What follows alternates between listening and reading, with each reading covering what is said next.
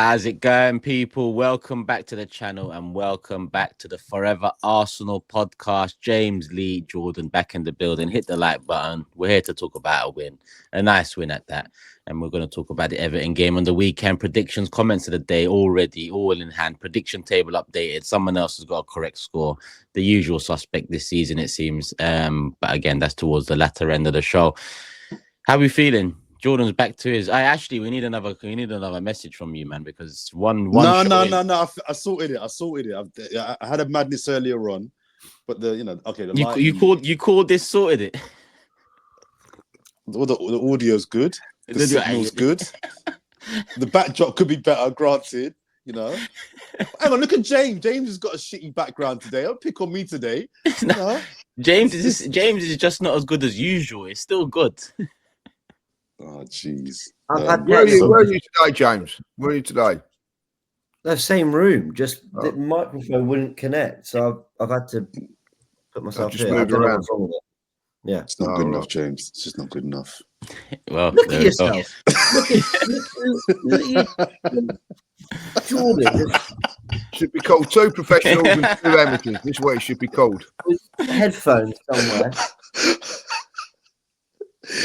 Give me a break. I'm moving. Give me a break. I mean, I've never moved so many times. He must have a bird every month or like.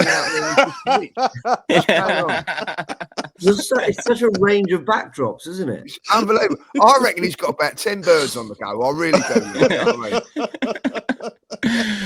And that's been Forever Arsenal, people. There you go. Yeah, see you later, guys. Jordan's life. Subscribe, comment. See you next week. Yeah, that's what does. That's what does for working for TalkSport. You know.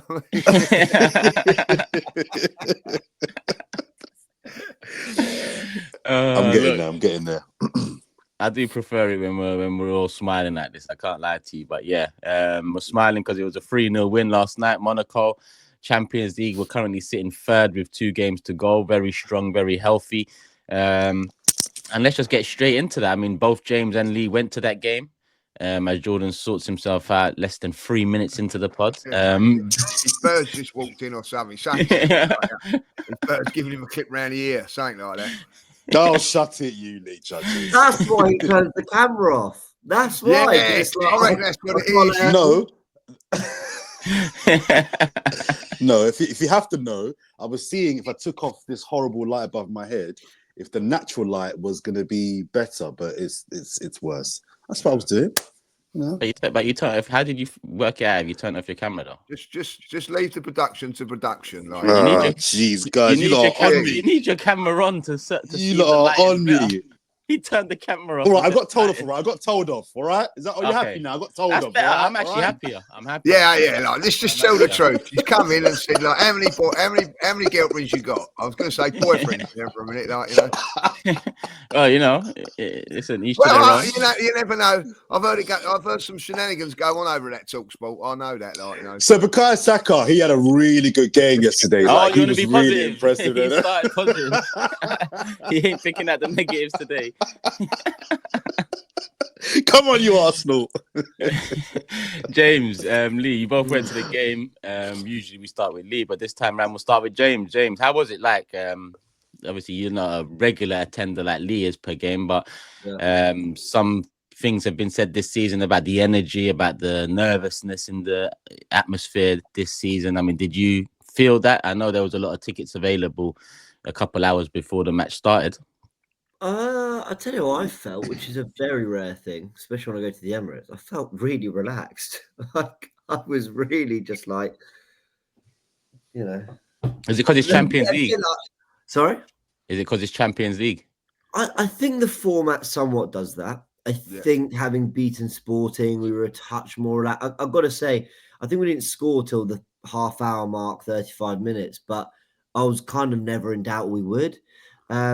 I mean, missing a whole heap of one-on-ones sort of made me think, well, one of these eventually going to go in the back of the net. But at the same time, and look, we weren't even peppering their goal. I didn't even think we were playing our most brilliant, scintillating football. Far from it.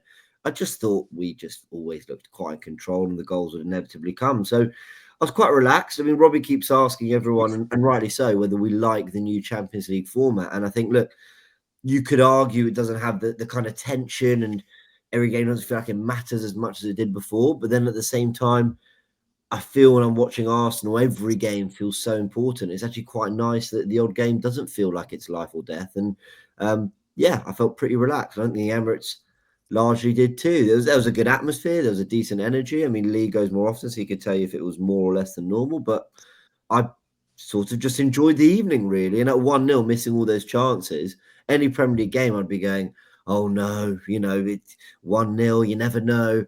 But I just always felt that even if they got one back, we'd score a couple. I felt pretty relaxed, to be honest. And I very rarely feel that way at an Arsenal game. I was totally relaxed. Just on being there, I don't think you've been to the stadium for a while, Turkish, but Lee and James, what do you guys think of the whole Bukayo? No, I'm not happy with that. But I don't you're not love having it. it. I don't love it. I'm not sure. I'm not sure. I'm What is it? gonna have 50 to on have a it. word with So the announcer's gone from saying the full name and us cheering or reacting to saying the first name and us having to sing or shout the second name back. I don't love it. Like I've heard it in European football and other grounds, and I think if it's something the stadium do, it can be really great. But we just don't do that, so I don't love it, honestly. Nah, I'm with you. I was 50-50, so yes, it's cool to hear your thoughts on it because I was kind of on the fence. I'm not 50-50 on that. When they did the starting 11s for the Man United game on Wednesday, I mean, the first couple, everyone's shouted the surname back, and then by the seventh player, Kai, we're all going, Havertz. It was just like, you know what I mean? I do. At some I was point, waiting for the kiss camera to come round. I was, you know what I mean? Yeah, I bet you was. At some point, they'll say Jorginho. We won't know what the hell to say back. Yeah, that's a good point. Oh yeah. Oh yeah. So, it's not fair. I preferred it when he'd say the full name and we go, way, and you get the bigger cheers to the players you love, which was always slightly insulting for others, but it was. Yeah. Oh, listen, I'm going this Saturday. To be honest, my first game of the season. Yeah, I'm going this Saturday, so I'll experience it for myself. I do love a good chant. You don't know that, right? Yeah, I look forward to seeing Turkish at the front with a Stan. Yeah, one of those big hand things going, kiss me, Kai. You know what I mean? Like one of them. Turkish he'll be looking at everyone around him. Oh, Martinelli! Yeah, and everyone's going. He'll be super. I just know he'll be so into it, and it's going to be great to see, man. Well, yeah. I mean, look forward to it Saturday. We'll talk about it Sunday, people. Make sure you're subscribed, notification bell on. And if you didn't know, I predicted 2-0 and Kai Havertz ruined that. So just to set the tone for the show today, that's where he's done me wrong this week. Yeah. So yeah, we move. Lee, go and talk to me. Right, when that third goal went in, because I had 2-0. I didn't know James had 3-0, but I had 2-0. Like, and Kai scored. I was just laughing. Yes, Look at you. You even predicted 2-0. I know it's cost me 2 points, but it was just funny. You know what I mean? Like if anybody's to root, it was King Kai. You know what I mean? So that was funny. But now I realise that James won't. It's not funny anymore, is it? No, it ain't funny It's not funny no more. It lasted all of 12 hours. Look, I'm going to be really honest. This format, it just means you can go to games and enjoy it. Like, I'm hearing all this thing, right? We don't need the 2 extra games. We might play Real Madrid. We might play so and so. We might play. So what? You're through. Don't matter, like, you know what I mean. And if you're going to win it, you've got to beat everybody that's in it. So you've got if you've got to play Real Madrid, you've got to play them either in the last 16 or the last whatever it is. Or 32, or what, I don't know what it is now, is it? Or you play them semi-finals, quarter-finals. You've got to play them. If you're going to win it, you've got to beat somebody along the way. So I don't really see what all this fuss is about. And basically, I think after a couple of wins, you're virtually guaranteed of getting into the next stage. And all right, it'd be great to get into the last day without having a game. But I think to myself, like, I don't mind the extra games. Well, the litmus test for this format is, I'm just checking, Man City's next Champions League game is PSG away, right? Yeah, I mean, that now both is huge. So we always said that at the risk of losing that kind of excitement in the first 5, maybe 6, was that you're going to get like a whopper final 2 game weeks. That's kind of the way I always projected it. So we're now in this situation where Real Madrid, kind of Bayern Munich, PSG, I think Juventus might be down there. Some real heavyweights are like stress, like real stress for them. And they're not even, I mean, Man City, as far as I'm aware, they're not even worrying about top 8, I don't think. I think they're worried about qualifying. Yeah. I mean, they're 5 points off 8th with 2 games, and the 8th is out of their reach, basically. Well, there you go. So it's all, I mean, so that PSG game is massive. If one of them loses that, with PSG sitting 25th, you know, basically both are in genuine danger of not even making the qualifying spots, which is nuts. I mean, Real Madrid were, you know, they got a good win against Atalanta, but I mean, they're still on 9 points. I mean, where were we? We're on 13. We're 4 points clear of them. I don't know. It's got quite exciting, I have to say. For other teams, yes. Yeah. Not for us. You know what I mean? We do our business. We're through. That's all I want. Yeah, that's how I see it. Like, you know, I think that you can play with. Can I say, like, with a safety net? You know, realistically, you can.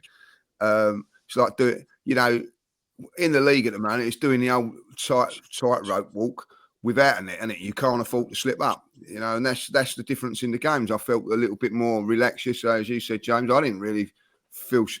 I'm feeling stressed now, thinking of Everton, like, you know, and I went to the game on Sunday, really, really nervous because, you know, you feel that you can drop points, and drop points is a massive.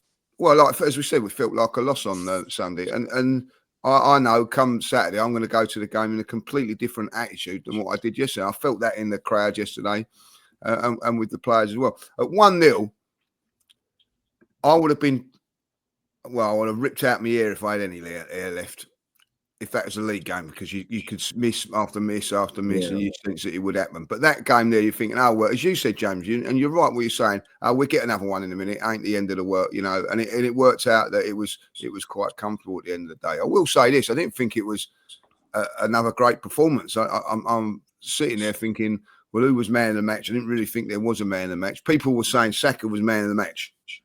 But I go, who's man of the match? Saka. You know what I mean? And I thought Saka was very, very quiet apart from his 2 goals. But 2 goals are 2 goals. Lewis Skelly was man of the match for me. I thought he was. But if you really look on it, you know, I mean, we're being very... We're being nice, but yeah. We're being nice. Yeah, we are being nice. I felt Kivia was better than Saliba yesterday because my expectations for Saliba are a lot higher than what they are for Kivia. I get all that. I thought Kivia was great. So again, yeah, I thought he was. I thought he played really, really well. Yeah, if you look back at it, Saliba should have cost us a goal. You know what I mean? Like, at the end of the day, you can't say that. You know, like, Kivia makes a mistake and he seems to get. You don't get away. Saliba makes a mistake, got away. That's how football is. I thought Marino done well in midfield. It was just a comfortable night, wasn't it, guys? Really, if I'll be honest. But what is the difference between a poor performance and that yesterday? It wasn't a great performance, but we won. When you win, it's just different. You know what I mean? Like, you know, if you don't win, you sort of feel because you haven't played well and this and that. I didn't think we played well last night, but 3-0, I'm walking away delighted. And look at us this morning. We're all happy. It weren't a great performance, but at the end of the day, we're all happy because we've won the game of football. And that's that deep down. It was a good performance, though. It was a good performance. I didn't think Arsenal were kind of just meh and got it done. I thought we were well worthy of it. Yeah, 100%. So, do you know what annoys me about our fan base at times? And I'm not having a go at them or whatever, like, you know what I mean? We win 3-0. Right, we win 3-0, and then you get people commenting like, oh, if it was Real Madrid or it was Bayern Munich or it was so-and-so, we'd have got stuff today. We're not playing them. You know what I mean? Like, at the end of the day, you know, like, I don't really see that why we've got to criticise sometimes, you know what I mean? Just enjoy the win, guys. You know what I mean? Like, we ain't been great this season. So when we get a win, I'm going to enjoy it and, you know, probably think it's better than what we are like. But I can tell you this now, I feel a lot better now than I did from Sunday onwards, and that is because we've won. Simple as that. Yeah, it's a funny one to analyze because I don't think you're right about the performance, but I think we was 1-on-1 more times in that first half than we have been in the last 12, 18 months. I haven't seen one-on-ones like that. Like that, nah, it's been rare, few and far between. I mean, Martinelli against Brighton, I think it was, or Brighton or Bournemouth, one of them. He was just running onto it in front of goal, but it's been rare and still come out of the first half 1-0. And I'm with James. I was comfortable then. In the first 10 minutes of the second half, I thought, oh, Monaco are getting back into this game. Now, as much as we've got a kind of cushion in the Champions League, and if we don't win this, we should still go through. We will still go through. That first half, we had to see over that little rocky period and kind of just get it done. And credit to Kai. I mean, he came on, pressed the goalkeeper. Second goal, we got it through him, and then the third goal, he was there to play some part in however people see it, own goals, whatever.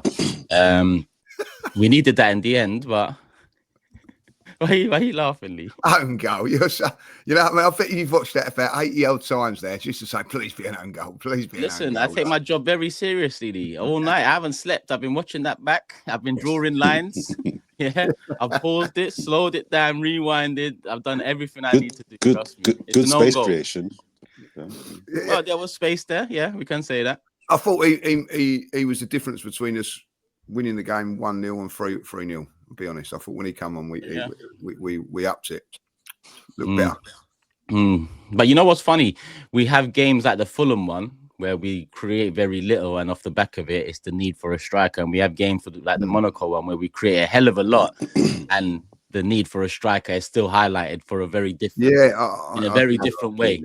You know, yeah, I couldn't agree more. But I don't think it's quite totally fair to say we didn't create, or we created little against Fulham. We had to create 4 or 5 good chances against Fulham. It's not like we didn't create anything against Fulham. Yeah, second half, I agree. I mean, we did more than enough to win the game in that second half, bar our terrible finishing.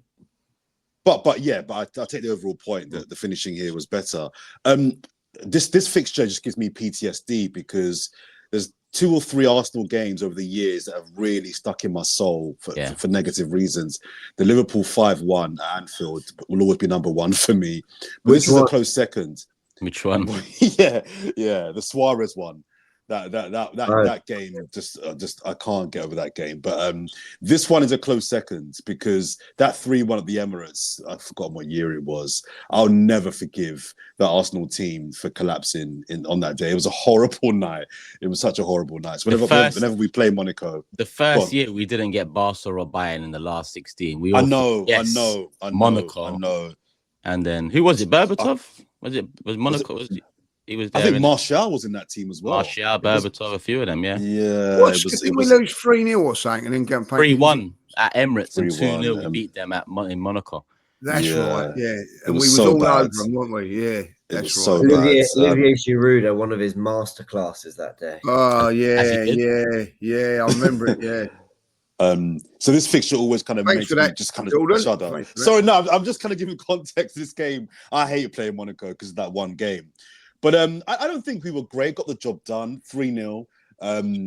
We were the better team by far. I think we're now a point away from qualifying as automatic. And I think we'll get that quite comfortably. I just think a couple of things from me. I mean, Lewis Skelly, I'll start with positive. He was solid. I don't think he was overly tested, but I'm so happy for him. I'm really happy that he got his first start. That pass into Jesus, everyone's waxing lyrical about Jesus' assist. I think that the Lewis Skelly pass before the pre-assist, if you like, is such a good pass. To wriggle out of, I don't know the player who he beat, and to see that pass, we've just not seen that from anyone at left back since Zinchenko 2 years ago. Have you seen that from anyone in the 8 recently? Since Xhaka, that was a Xhaka pass into Martinelli. You're right. We've not seen that pass for such a long time. It's a really good bit of play, man. I was like, oh, I was really impressed by him, and I thought he was solid. So big him up. He done that a few times though, where he looks like he's gonna put himself in a situation, and then he just uses his body so well, or he just gets that extra touch and bursts out of it. I like that about him. He's so confident. It's bravery. In the pockets. It's bravery. It's like, you know what, I can do this. I'm gonna punch it forward into the front people. No long thing, no passing side to side, no dilly dallying. Let's get it in, and fair play to Jesus for the assist. On Jesus, I'm not gonna batter him anymore because I just feel like it's bad energy now, and you know it's not cool. But I do think I got back last night after the game, and I do feel like people are being a bit harsh. I mean, I'm no Jesus fan. You know my thoughts on Gabriel Jesus. I called him out 2 years ago. But the 2 misses that he had, I think people are being a little bit unkind in terms of, like, they weren't 2 sitters, and they weren't the 2 worst misses. For me, they weren't the 2 worst misses of the day. Nah, Turkish, come on. For goodness. Hang on. Should he score? Hang on. Hear me out. Should he do better? Probably, yeah. They're not good. They're bad misses. But they weren't the worst 2 misses. I agree. They weren't the worst 2 misses. I'm about to bring up a screenshot of that first hang miss. on. Odegaard's miss was the worst by a mile. Yeah. That is the worst by a mile, Turkish. Jesus was the worst. Odegaard was second. Martinelli's was third. And Jesus' second miss was fourth. No. I think Odegaard first, Martinelli second, and Jesus is Jordan, you know when the ball bounces up to you like that, yeah? It's an easier strike than if it was running along the grass because it's bounced up. You just lace it. You're in front of the goal. It's a bad miss. No. Bad miss. I'm not defending terrible. it, And it's a but sitter. it ain't the worst of the day. He does everything right. He does everything right. He controls it really, really well. That makes it worse. But he controlled it well. I'm with you on this, John. I think Jesus played well yesterday, but if he scores 2 goals, everybody will be going, "Oh, he had a really, really good game," because he'd scored 2 goals. I don't even know if it's fantastic. I don't even necessarily know if he played well, but I'm just saying all the heat he's getting for those 2 misses, I just thought was a little bit harsh, considering warranted. They weren't the worst misses. 250k. No, you should score. You should score. Oh, but I'm looking at God. you should score. You should This score. is where football. Wasn't there one at the start of the game? Wasn't there one at the start of the game where he kind of side-footed it into the keeper? Yeah, that was the worst. James, maybe you're missing.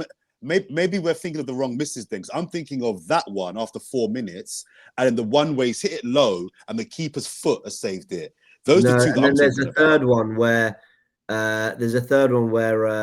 it took a slight deflection. Yeah. And then the goalkeeper made a save. Well. When Martinelli wins the ball back in midfield and slots it into Jesus. Yeah. So there was 3. Look at that. He should do better. He should probably score 100%. 3. I'm just saying the headline from last night from the fans was he's missed 2 sitters. And I'm just like, I don't think they were the worst 2. If we're ranking the awful misses, they're not top 2 for me. I'm with you. He could have had hat-trick. Just saying. He could have had hat-trick in that game. And the thing is, and this is where football's funny, right? If he scores those goals, he's man of the match. You know what I mean? Oh, hat-trick and everything like that. But taking away those misses. But Saka, for instance, I didn't think was great. Scores 2 goals, he's fantastic. But he does take his goals. Turkish is a bad man. Tell me this is not a sitter right now, please. No, he's got to finish that, Turkish. I think he's got to score, but I'm just saying I think the Odegaard one is worse. But I'll tell you what, the Odegaard miss is worse. Yeah, I agree. But what a great ball that was from Kivia, by the way. Like to see, it was a fantastic ball. Yeah. And then the first touch is fantastic. It's just, it's just not. As soon as he got into that position, he's got right. He's done all the hard work. He's got to score it. And I'll tell you what, for his assist, his first touch for his assist, I know that was beautiful. It's unbelievable, and he nails that fantastic. Well, the cross was brilliant. I mean, that was a brilliant cross. He's done all the work for Saka because Saka doesn't even finish. He needs to touch it. But when it comes to goal scoring, it is an art. I tell you what, people go on about, it's the hardest thing in football to score goals. There's certain players that make it look easy. He makes it look harder than what it is. But that's how it is. But I'll be honest, Lee. Sorry to cut. I'll be honest though. No. Against Fulham, if we'd seen even one of those misses, we're tearing our hair out. Now, I watched. I agree. I watched the City highlights. Haaland, probably the best finisher in the world, the best goal scorer in the world. He's put through 1-on-1 and he gets one wrong. It can happen. Like even the very best can miss them. Yeah. But 3 in a game. But the reason why you're right to flag it, James. Because I know that you and Lee flagged on the last pods Partey's misses, and I'm still not over. I think it's almost negligence to miss those two sitters that Partey. Those were sitters against United and Fulham. We need to put these chances away, not because they were the difference. I mean, they were on the I don't weekend, get you but sometimes. A ball over I'm the saying shoulders. you should score. No, but I'm wait. saying you A should ball score. over the shoulders of all these defenders into a DM, yeah, and who, listen, should have scored both those headers is a sitter than the guy who came to this club and said, give me that number 9. I'm ready to be striker, running through on goal, bounces up perfect. I can't have that. All four should be scored. All four should be. Let me be very clear. All four should be scored. Yeah, I don't care if you're a DM or a keeper. Those two misses from Partey were my head went shocking. So I'm just saying, if we're ranking, and it's a dumb game to play, if we're ranking the misses, for me last night, his two were not top 2. And I'm just saying. And that's one of the worst misses I've ever seen. You're just hitting the nail right on the head there, like. When Partey misses them, when Odegaard misses them, there's a little thing where, all right, but because it's Jesus, he misses them. He's the one that gets up because he has got the number 9 on his back. That is the reason. That is the reason why you're going to go to, everybody's going to give Odegaard a pass. Everybody's going to give Thomas Partey a pass because of the simple reason is, he's a midfield player. Because he's a centre forward. And that's the pressure that you have because you are the centre forward. And that is why I reckon, he's James, not there. Turkish is nearly 40, right? He's played football. He's watched a lot of football. But did you hear what he just said? One of the worst misses I've seen in my life. In my life. That's what he just said. Brother, what do you do? It's bad. If someone asks you what's next here, it's not a P roller into the keeper's right leg, is it? That's what he did miss it as well, didn't he? He missed it. Yeah, I haven't seen it properly, but he did miss it as well. I don't think he hit it clean, did he? The screenshot you picked, though, Turkish, actually makes it look a slightly more difficult. It does. Shot. It does. What? It does. The ball's let it roll for another second. The keeper, I'm not going to lie, the keeper looks like he's doing a good job there. Yeah, he's set. Otherwise, I agree with you. I thought it was a terrible miss, but... I've seen Odegaard. Anyway, you know what I mean? Like, we're going about Odegaard. I've seen him miss open goals against Aston Villa and things like that. So have I. It's true. I mean, the Trossard he doesn't get the same sort of stuff. If Jesus misses those chances, everybody going mad. I'm glad you mentioned Trossard. Trossard against Villa is one of the worst I've ever seen. He had a whole... Is that one better? Look at Turkish. Look at this guy. Look at this guy. Look at that technique on his shot as well. Oh, man. Yeah. Goodness! Oh my goodness! His knees nearly ACL'd again from that 1-on-1. Can I say though, because James mentioned Trossard, it's really ironic that Trossard, we've all called him really greedy over the last kind of few weeks because he is so greedy. But the one time he actually does pass, it's such a bad pass. I think it was to Martinelli. Was it Martinelli where he's tried to square it? Odegaard. It was Odegaard. I just think. If I'm a teammate of Trossard, I'm fuming because I'm like, you're so greedy all the time, and the one time you actually do pass it, that's the pass. That is what you're giving me. Should have done it a little bit earlier. Infuriating. Oh, it's so good poor. Defending. No, it's so poor. That was so poor. Look, we didn't have the execution in the final third. The problems with our quality that we questioned against Fulham, I'll be honest, they weren't really answered against Monaco. It's just that we were, I think we've said for a while that when Arsenal score 2-3 goals in a game and win quite comfortably, it's almost been like a coaching masterclass. I do feel like we are one of those teams that play well because we look coached and whatever. And then when we don't quite look that, we the result might show it. We're not really a side that I think can play badly and be 3-0 up. I just don't think we're capable of that. I don't think we're a team that can kind of be in second gear, 5 out of 10 performance, and we won 3-4-0. I think Liverpool can. I think that's one of the big differences between us and them right now. I think they are a side that can just sort of kind of, not be at their best, concede a few chances, maybe get away with the odd one-on-one that they've given away, the odd error. But, Salah, Diaz, they've got quality. They've got real quality in the final third, a good set piece or something, and they're 3-0 up. And I just think we lack that. Whereas I think we, the only way I think we're going to get a 3-0 is because it should have been a 6-0. I don't know. I just feel like that's how we are sometimes. I might be wrong. I think that they was awful against Southampton, Liverpool. Awful, right? But the big compliment is they won it and we'd have drawn that game. Yeah. And it's the quality. For me, Salah's been a big difference there, and he's the profile we don't have in terms of killer. You don't really need to give him many chances, many sniffs, and he'll take it. And he's done. It's a few games he's done that in this season already. Whether it's a penalty or whether it's a late chance or a couple late goals already this season, we've seen Salah. And I think that's the big difference in like you said, James, when there's games where there's not many chances, if you've got someone more clinical, you can win it 2-3-0, 2-3-1. When you don't have that, it becomes a lot tighter. And that's where I'll give Saka his praise yesterday. That second chance weren't easy. He made it look easy. He didn't really do a lot yesterday. 2 chances, 2 goals.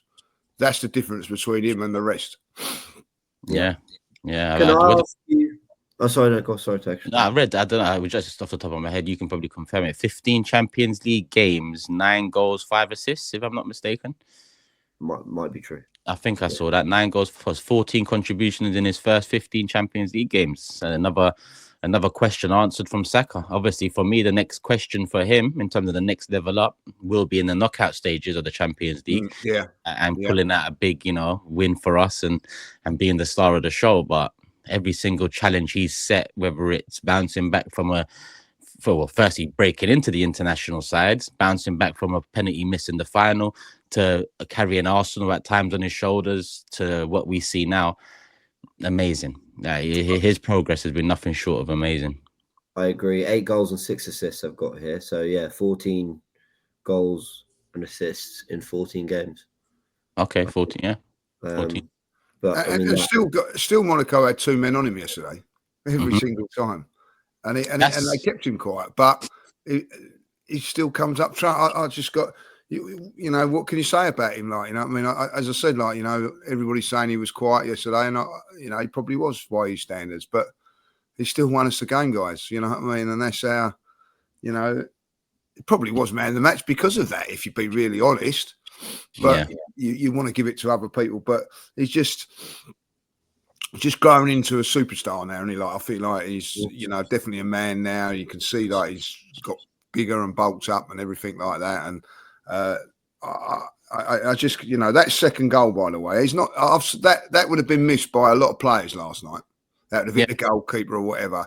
So clinical, just like. And when it comes to him, never a doubt, never a doubt. No backlift, no nothing. He just it's quality finish. Nice. It's a quality finish. It's you think it's a goal, but you have a look back at it. You just made it look easy. I wanted to. I don't know why Jordan looks like he's been told off. He looks like he's paying attention. After school, he's texting his 10 girlfriends at this moment in time, saying, "Don't listen to him." You're the one, darling. I didn't really mean it. I'm in trouble later on now, lads. Cheers, Lee. I'm in a doghouse. Looks like you're there already, but No, I'm just listening. I wish I was surprised about Mikel Merino, who I was surprised by. I was actually surprised by criticism online. I thought he did well personally, and I thought it wasn't so much what he did on the ball, which is like, oh, here we go again, another space invader or whatever.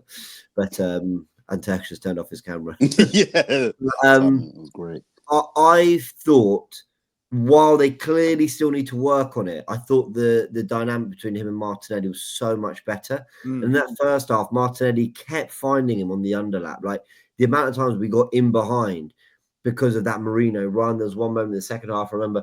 I just thought, look, the right-hand side still had more to it than the left, don't get me wrong.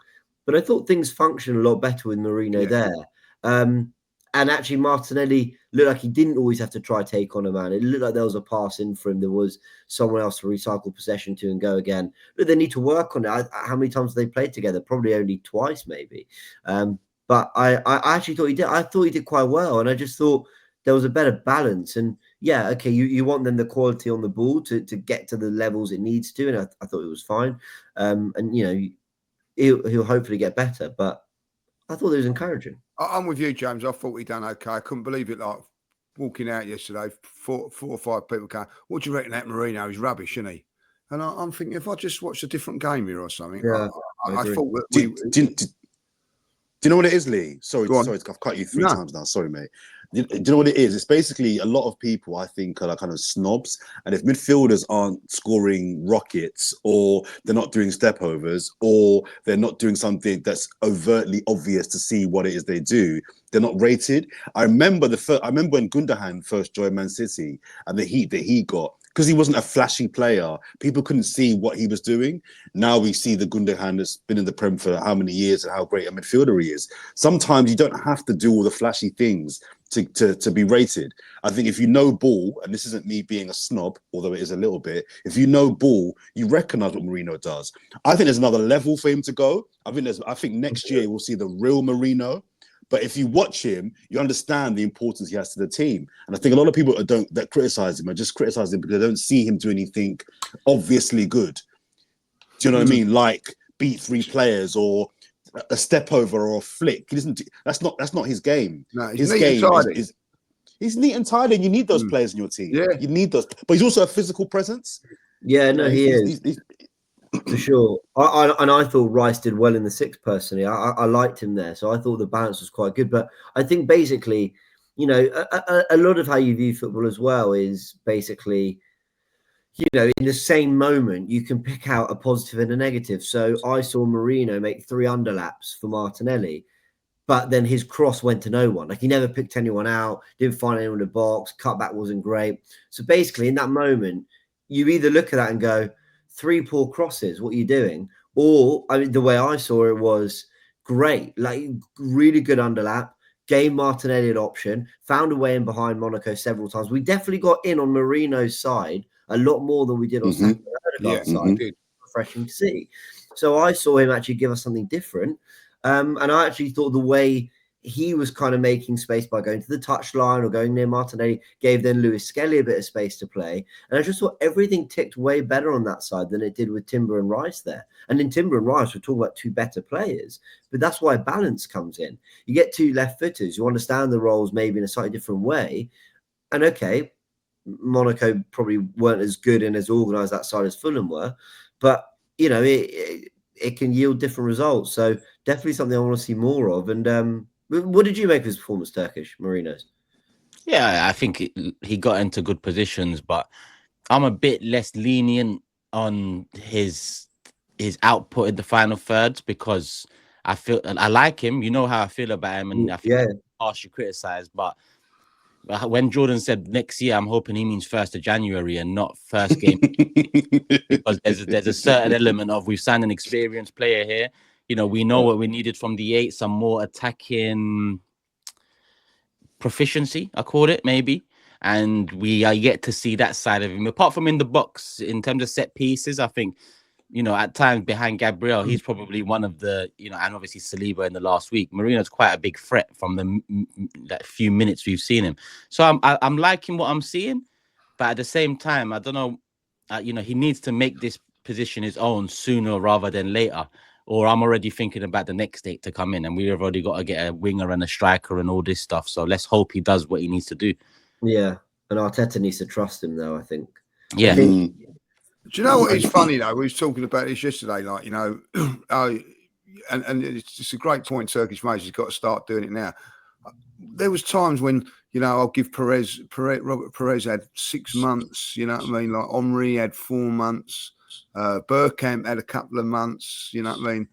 Nowadays, you've got to come in and be at it straight away. And if you're not, there's a lot on you. And I get the reasons why, but you know that's how the football's changed now, isn't it? It's, you know, it's a here and now moment, and you know, no one really wants to have an excuse that he's had no pre-season or he's had this or that. No, he's got to come in and do the business, and that's how it is, you know. But I thought he was okay. Yes, I thought we done okay yesterday. Considering we haven't got long left, I want to kind of move the conversation into Everton and first ask, well, the first question was going to be framed, what changes do you make going into that one? The first question I'm going to ask is, and it's a question kind of, you know, veiled in hope that Lewis Skelly was taken off early because he starts this game on the weekend. Now that's what I'd like to see. Not sure how everyone else feels about that, but I think he's more than shown, not just in the 60 minutes last night, but every time we've seen him since pre-season, going into the games that he's featured in, Carabao and coming off the bench in the Premier League. I'd like to see him start the game at Everton at home, a game we should dominate, a game we expect to win. And I think he played very well. If he stayed on the pitch, he was man of the match for me. Do you think? So what you're saying is him at left back, Timber going over to right back? Yeah. Yeah, I'm happy with that. I agree. I would love that, but Arteta just so rarely. But why What do you think? What do you think he'll bring in? I think you're right. You're saying that he'll play Timber at left back, Partey at right back, especially because Partey is actually playing quite well at right back. I don't like it. Yeah, I think it ruins the dynamic with Timber. Now I don't think he's Timber good at right back, but I think he'll go that way as well, James. I'd like to go the other way. Yeah. What about you, Jordan? Yeah, no, I'm not mad at it. I think if he's the fittest left back available on the weekend, play him. If Calafiore is fitter than him come weekend, Calafiore. But if Lewis Skelly is the fittest left back come Saturday or come the weekend, I have no issue with him starting that game. And yeah, I would leave a Timber a right back. But I agree with James. I don't think he'll do that. I play him because he's the best at the moment. That was probably one of the best performances we've seen from left back all season. I mean, genuinely. Yeah. True. I think he'll get there. I still think he's got centre backisms at left back that he's just trying to. He did play his whole last campaign at centre back for Bologna. He doesn't look as smooth as Lewis Skelly, but he certainly looks very good in possession. I think Calafiore will get there, but he's had injury problems. So if he's fit, I'd actually keep him on the bench. I'd go Lewis Skelly. I think this is going to be about breaking down Everton. And Lewis Skelly probably has that more than any player at the moment. I mean, I know we're judging off one game, but Zinchenko hasn't discovered those levels from 2 seasons ago. I'm going Lewis Skelly personally. Yeah, so am I, regardless. So if we agree there, Lewis Skelly, Timber back to right back, what does our midfield look like? Considering we said Arteta has to trust Marino more now, and that's why he'll play Partey at right back, because you've got to leave Partey out of it. If I'll be honest, if that's the case, then you can't. Surely there's an argument here, and I said it a few weeks ago, where Thomas Partey's availability this season has been somewhat a surprise. Do we continue leaning on that surprise, or do we, do something about it to protect the surprise that's in our hands now? And by that, I mean Everton at home, even without our best midfielder of the season, Thomas Partey, we should be winning that game. So why don't, here's the rotation stuff back in now. I'm hearing tiredness again for some certain people. So with a player like that who's so important to us, and we've already known what he's let us down with in previous seasons, not quality but availability, surely this is a game you could take him at, put Rice in the 6, Marino in the 8 after his best performance there, and win the game handsomely. But that's what I would do, Turkish. I would take him out, and I would put Marino in the 8 role. The only thing is that if the logic is we're taking him out because we don't want to risk him getting injured, well, a lot of Thomas Partey's injuries happened when he wasn't even playing, so he could not be playing, and do you know what I mean? Next thing he's out for 2 or 3 weeks, so it's a difficult one because he has been our best midfielder this season. And why would you want to change that? My only thing would be Christmas is coming up. We've got a busy program coming up over the next 4 weeks, so do you want to start now rotating your midfielders and giving players minutes? The other thing is he didn't train, for a couple of days. Did he? So he actually needs a little bit more recovery. There isn't as much time to recover. We've only got a couple of days, so I wouldn't be against that if I'll be honest. And then you got Crystal Palace in the week. Maybe make a few more changes, and then he'd be ready for the Crystal Palace League game. So depending how well they do, but I guarantee you that he won't do that. Thomas Partey will play right back, and because there's a big decision there, but I'm with James on this. Thomas Partey's been our best player, but that was the best balance of the midfield yesterday. Yeah. Sorry, just very quickly. And also, I think Rice is very, very good as a 6. I thought his passing range was good. I thought his switches were great. I thought Gets that around there the pitch, were times where fantastic. pass wasn't on, so he just drove with the ball forward. Yeah, Like there are things that Rice adds to that position that Partey doesn't. yeah, I agree. And the other question marks not as big. I think Havertz comes back in for Jesus, and I think well, I don't know what I think about the left hand side. If I'm honest with you, Martinelli or Trossard start. I mean, I'd stick with Martinelli. I think it's if you've got to go with him for a few games. I don't like the way we keep swapping and changing that. And I will say, I've been on Trossard's back. I thought he was good when he came on yesterday. I know, like the part. I thought he looked dangerous when he came on, and didn't look like when he starts. I don't know. I'd keep Martinelli in that role. I thought, especially if you're playing Marino in there. If you're not, then maybe it'd be Trossard. But I don't like that. Keep that swapping. Like I don't think it's good for the. Do you know what? Last season we had the Ramsdale, Ray thing. We're getting that now with the Martinelli, Trossard thing. I don't think it's good for the players. Look at our Ray has performed now that he hasn't got the pressure of the Ramsdale thing and everything like that. And I think that there's pressure on one plays 1 week, one plays the next. I don't think it's. I think it's affecting both. Well, yeah, and I mean, I know the signing was clearly a PR move at this rate, but what, Sterling can't get 10 minutes? I mean, I'd like to see it before I completely before I completely write it off. I mean, I don't know. All Jesus on the left, something, but that we need. I don't know. It just feels like we're just going, start Martinelli. Oh, he wasn't great. Start Trossard. Oh, he wasn't great. Start Martinelli. Oh, he wasn't great. It's just this kind of relentless cycle. Yeah. And how many games has Sterling started? What, just the Preston and Bolton game so far, and Southampton? That might be the position we go for, in January. If Arsenal were to do a madness, which I don't think they would, and by madness, and it's not madness, but I'm saying I don't think Arsenal will spend more than 20 million on a player in January at best. But let's say we go get a £50 million player. There's an opportunity in the market. I think it's more likely going to be a left winger. I think it'll be the kind of signing he wanted to make when he was looking at Mudryk, which is crazy because there's already 4 players that can play there. But I almost think that's the area I think he thinks he can add to the starting 11 immediately. I still think he loves Kai, and I still think he thinks he can get something at Jesus. So I think on the left is where he's a little bit more exhausted with his options.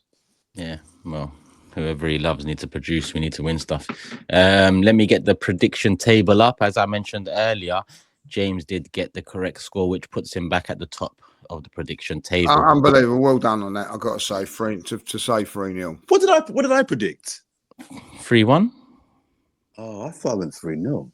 All right. Well done, James. Yeah, 3-1 or 2-1. You went one or the other. I think you went 3-1. I think it was 3-1, yeah. Yeah. Me and Lee went 2-0 and James went 3-0. So for the audio listeners, 23 games played, 23 predictions made. James has got 5 correct scores, 23 points. Jordan also on 23 points, but behind on correct score difference, I'm going to call it. 3 correct scores. Lee's on 19. I'm on 18. So that wraps up the 4. Everton at the Emirates, Saturday, 3 p.m. kickoff. James? I think this will be 2-0. 2-0. Jordan? 4-1. 4-1. Lee? 4-0. 4-0. So what's that? 2-0, 4-1, 4-0. I'm going to go 3-1, 3-0, 3.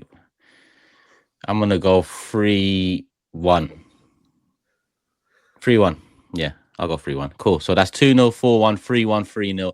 Everyone's gone for a different prediction. Let us know yours in the comments. And better yet, download the AFTV app and use the Fourever predictor and get your predictions in there. Play with the community. Play along with some of us. Why not? Everton, Emirates, 3 p.m. We're going to wrap up slowly but surely with comments of the day. Who wants to? Can I kick off? And I rattle through just a couple quick ones. I've got one here. It says, I rarely comment, but I'm a religious follower of the show. I couldn't miss commenting on this episode, though. The climax towards the end, when the boredom theme for once brought everyone to agree with each other, was sweet to see. The genuineness even made me feel better. I'm less hurt now and rearing if he's ready for the Monaco game. Cheers, lads. Keep up the excellent work. That was nice. Another one I saw here, Fourever Hats. Another one said, Lee is such a top bloke for acknowledging his Martinelli argument with Jordan and apologising. That's a real man right there. I totally agree. And then the last one I liked was Turkish's face when Lee said, I'm ready to explode on Mikel. Laugh out loud. I've actually got that. What the hell? That's the one. How you gonna call me? You're the wrong one, mate. He said I want to explode all over him. I first like, fucking hell. Is this still Forever Arsenal or what are we doing? I see that comment. I see like loads of times. I thought, what the hell's going on here? Like, you know what I mean? Yeah, that was one of my comments too. Yeah, one of mine. Yeah. I had a few of them. Lee said he wanted to explode on Arteta and the player's Turkish's face, but he knew it wasn't the time. Nah, that was. And I saw No Context clip that up. Yeah, you're just looking everywhere. You're just. Yeah, because I looked up. I thought, am I the only one that heard what I think I heard? And I realized I was the only one. So I thought, let me be professional here. That's unbelievable. I've got that one, but I did have a backup because I thought that was. I don't really understand this one. Lee dropping Robert De Niro's speech from the Untouchables is why I watched this podcast. I don't even remember what was that about. Does anybody know? I can't remember this.